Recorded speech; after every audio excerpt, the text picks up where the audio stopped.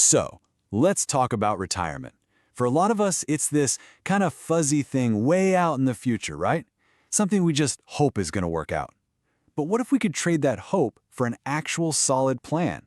Well, that's exactly what we're going to do right now. Okay, so here's how we're going to tackle this. First, we'll get our heads in the right space. Then we'll check out 2 different ways you can plan. We'll meet 2 people, Quinn and Jordan, to see how it works in real life. And finally, we'll figure out what it all means for you. All right, first things first, where do we even begin? It all starts with this one simple but really powerful shift in how you think about it. We're talking about moving from just wishing for a great retirement to actually actively planning for one. And this quote right here, this is a foundation for everything. Hope is not a strategy. It's really the difference between just closing your eyes and crossing your fingers versus having a map to your destination. And today, we're drawing that map. Okay, so when we talk about drawing this map, you gotta know there's no single right way to do it. Nope. There are actually 2 main paths you can take, and figuring out which one feels right for you, well, that's the key. In this slide, it just lays out that choice perfectly. On one hand, you've got forward planning. This is where you ask, okay, based on what I can save right now, where am I probably going to end up?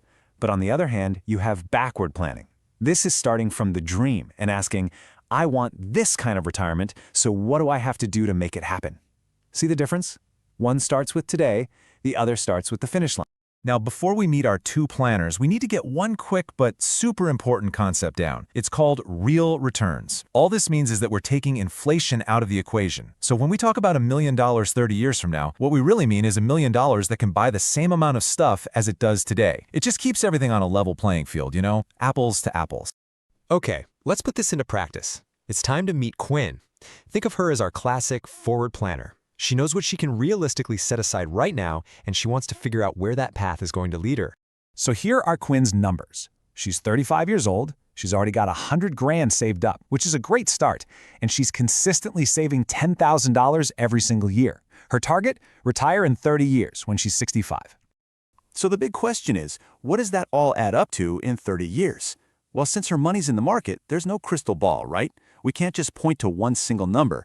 Instead, her final nest egg is going to fall somewhere within a whole range of possible outcomes. It all really depends on what the market decides to do over the next 3 decades. And this chart, wow, this shows you that uncertainty perfectly. Each one of those little gray lines is a different simulation, a different possible future for Quinn's money. And just look at how wide that spread is. We're talking about outcomes ranging from a few $100,000 all the way up to over 10 million. It's kind of crazy. But okay, that range is huge, so let's narrow it down. What's the most likely outcome? If we look at the median, the one right in the middle of all those possibilities, Quinn's probably going to end up with somewhere between $1.3 and $1.8 million. That's a much more useful number to plan with. So with that number in mind, Quinn makes a smart move. She decides to play it a little safe. She's going to base her whole retirement plan around having an even $1 million. To do that, she'll shift her investments to something a bit more balanced, 50-50 stocks and bonds, and she plans to pull out a steady 5% of that million every year. So, is that a good plan? Will it work?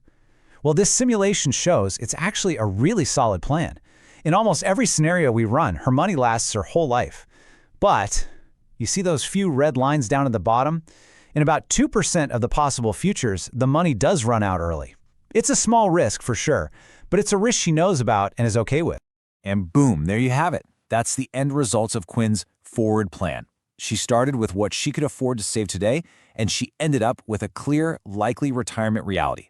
$50,000 a year, and remember, that's $50,000 in today's money every year for the rest of her life.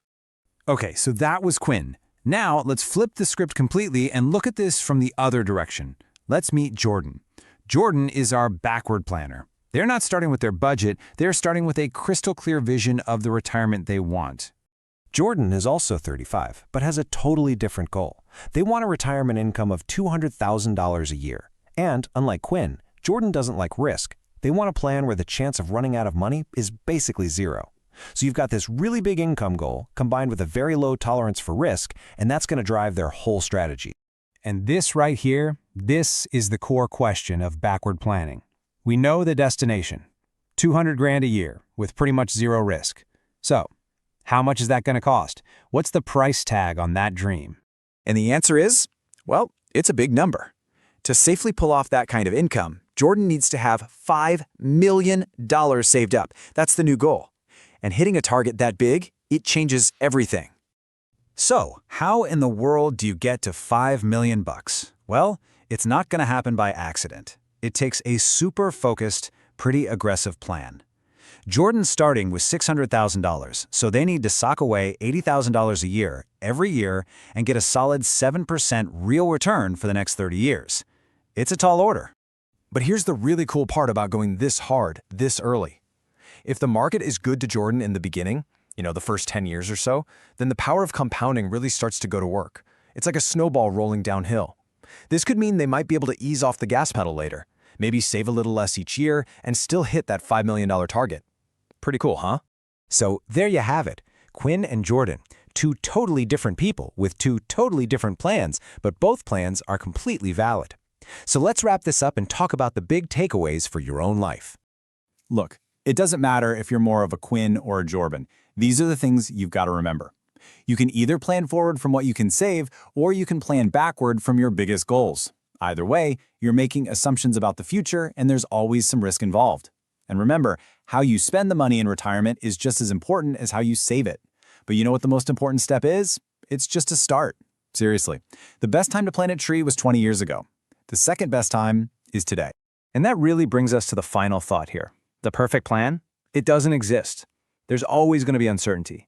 But choosing to have a plan, any plan, and turning that fuzzy hope into an actual strategy, that's the whole game. That is the single most important thing you can do for your future. Because the only way you can really fail is to not have a plan at all.